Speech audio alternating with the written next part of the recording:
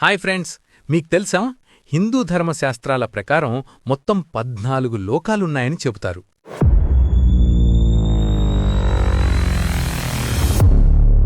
వీటిని 2 భాగాలుగా విభజించవచ్చు. ఊర్ధ్వలోకాలు, పైనున్నవి 7, మరియు అధోలోకాలు, కింద ఉన్నవి 7. 1. ఊర్ధ్వలోకాలు, పైనున్న 7 లోకాలు. ఇవి పుణ్యం చేసుకున్నవారు, దేవతలు నివసించే ఉన్నత లోకాలు. సత్యలోకం, బ్రహ్మలోకం, సృష్టికర్త బ్రహ్మదేవుడు ఉండే అత్యున్నత లోకం. తపోలోకం, గొప్ప తపస్సంపన్నులు ఉండే లోకం. జనలోకం, బ్రహ్మదేవుని కుమారులు, సనక సనందనాదులు ఉండే లోకం.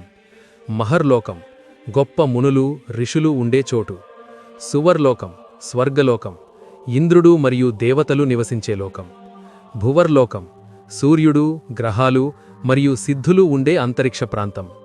భూలోకం, మనం నివసిస్తున్న ఈ భూమి. 2. అధోలోకాలు, కిందున్న 7 లోకాలు. వీటిని పాతాళలోకాలు అని కూడా అంటారు. అతలలోకం, బలిచక్రవర్తి కుమారుడైన నముచి పాలించే ప్రాంతం. వితలలోకం, హటకేశ్వరుడు అంటే శివుని రూపం ఉండే చోటు. సుతలలోకం, భక్త ప్రహ్లాదుని మనవడు బలిచక్రవర్తి నివసించే లోకం. తలాతలలోకం, మయసభను నిర్మించిన మయుడు పాలించే లోకం. మహాతలలోకం, అనేక తలల సర్పాలు ఉండే చోటు. రసాతలలోకం, దైత్యులు మరియు దానవులు నివసించే లోకం. పాతాళలోకం, ఇది అత్యంత దిగువన ఉండే లోకం. ఇక్కడే ఆదిశేషుడు భూమిని తన తలపై మోస్తూ ఉంటాడని చెబుతారు. మనం తరచుగా ముల్లోకాలు అని వింటుంటాం. అవి ఆకాశం, స్వర్గం, భూమి, పాతాళం.